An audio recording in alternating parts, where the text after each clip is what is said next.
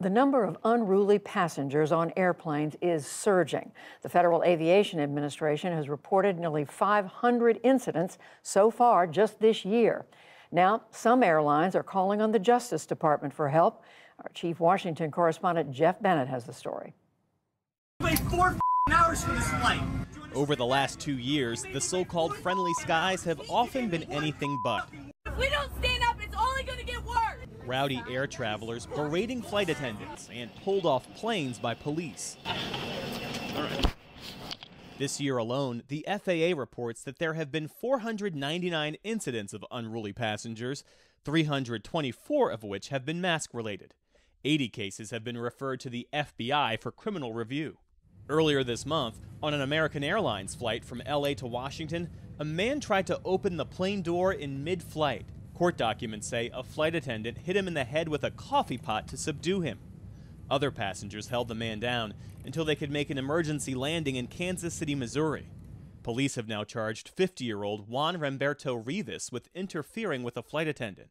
The pilot recounting the ordeal to passenger Muaz Mustafa. Did he try to get at the cockpit door, or was he just trying to open the door of the plane? He was trying to, but he couldn't get to it, and then he actually tried to open the plane door and the cockpit door? Yeah. Both of them? Yeah. The increased constant threat from passengers is wearing on flight attendants. We're seeing a direct result on that morale. People just can't face it every day. Sarah Nelson is the president of the Association of Flight Attendants CWA Union.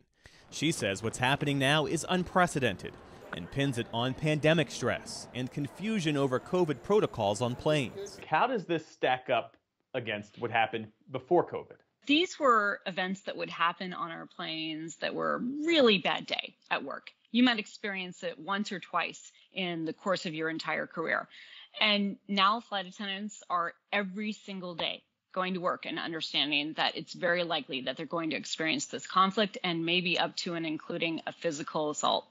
Airlines now asking the Justice Department to keep unruly passengers from boarding flights in the first place. Earlier this month, Delta CEO Ed Bastian sent a letter to Attorney General Merrick Garland asking for a national no-fly list that would bar that person from traveling on any commercial air carrier if convicted of an onboard disruption.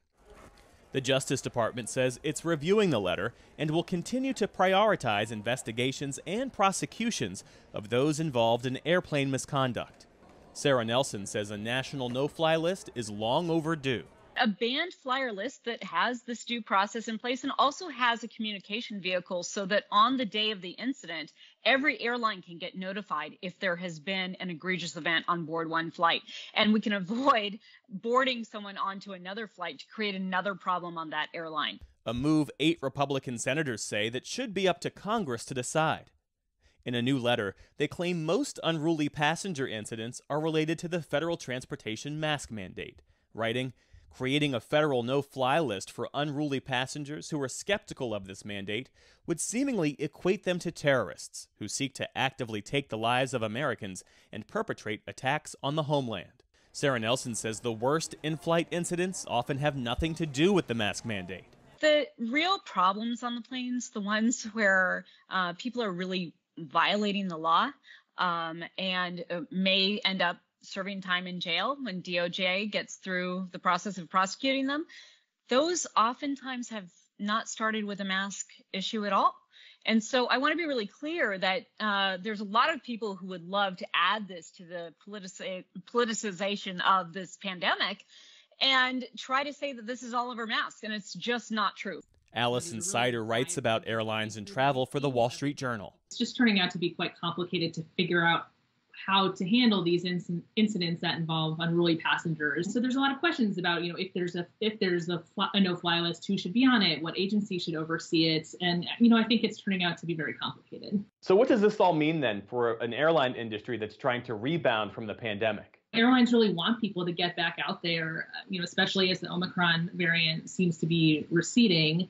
But as flights get more crowded again, this is just another thing that the airlines and particularly the flight attendants and the crew have to deal with, and the airport employees. It just makes their jobs a lot harder as they're dealing with these, increased passenger numbers. If even a small number of people coming back to travel are causing these disruptions. with airlines warning disruptive behavior won't fly. For the PBS NewsHour, I'm Jeff Bennett.